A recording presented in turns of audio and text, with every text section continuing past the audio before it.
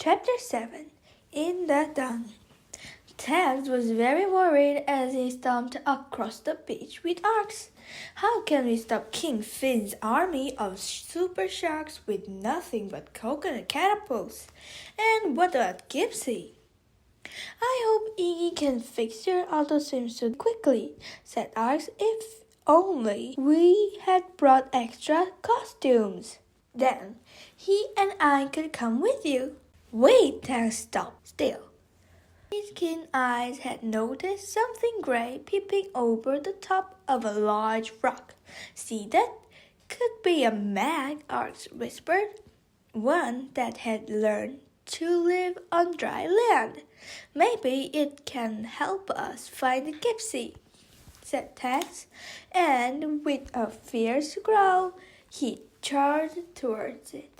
One strike of his powerful tail pulverized the rock, but there was no megalodon hiding behind it, only a bundle of gray, shiny material. Arx prodded it with his biggest horn. It's a kind of auto swimsuit, Tex beamed. Just what we need. Brilliant! But where did it come from, said Arx. Let's smooth it out a bit. As they did so, it became clear that the suit was the same shape as an extra big mag. I don't get it, said Tex. Since when did a shark need a swimsuit? Look, Captain, Arx pointed behind him. That rock was hiding a hole in the cliff face. He pulled a lump of rock away to reveal a dark cave mouth. It must be a secret tunnel. I wonder where it leads. Let's find out, said Tex, squeezing into the gap. Pwah! What a stink! It's worse than a sewer. The narrow passage seemed to go on for miles. The smell got worse the deeper they went. I think my nose is going to fall off, Arx gasped. The tunnel turned out to be a kind of side street, leading to a much larger, slimier tunnel. As soon as they entered it, a spooky noise came out of the darkness. Whoa! It was Iggy. He came charging out of the darkness like 1,000 raptors were snapping at his tail. He ran straight into Tex and Arx, and all three of them fell down in a bundle of legs, tails, and horns. Iggy, gasped Tex, pulling the tip of the iguanodon's tail from his nostril. Where did you spring from? Quick, Captain, gasped Iggy. We've got to get out of here. A huge brown, stinky, sludgy, slimy tidal wave was gurgling towards them. Into the side tunnel, cried Tex. He and Arx grabbed hold of Iggy and dived back into the hole they had come through. Just before the thick, sour, stinking sludge could swallow them up, it's Bacterosaurus poo, Iggy explained, mixed in with millions of gallons of Bacterosaurus wee. These tunnels are sewage pipes leading from the Bacterosaurus's flush toilet. I was sucked down one of them. That's how I got here. Disgusting, cried Arx. Toilet mass should be recycled safely and cleanly, not dumped down here to make a dung mountain. Suddenly, the tunnel lurched and shook and titled. Uh-oh, the island is sinking again, shouted Tex. Ah, cried Arx. I understand now it's the dung, don't you see? I see it all right, said Iggy. Already, the sticky brown sludge was beginning to seep into the narrow passage.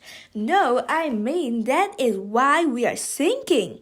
Arx was hopping from foot to foot in excitement. The toilets were built about a year ago, right? And ever since then, tons and tons of nifty nasties have been pouring down the pipes into these underground caves every day. The sheer weight of all this untreated dung is making the island sink. Tex stared at Ox in amazement. So the Mags aren't sinking the island after all. It's Gastro and his dodgy plumbing. And that explains why the Mags are so angry, Ox added. As the island sinks deeper, the dung is leaking out into the sea, polluting the waters for miles around.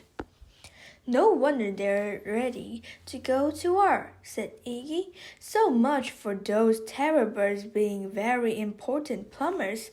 How could Gastro do such a rotten job? Maybe someone has sabotaged the sewer system, Ark suggested, just like they sabotaged the shuttle.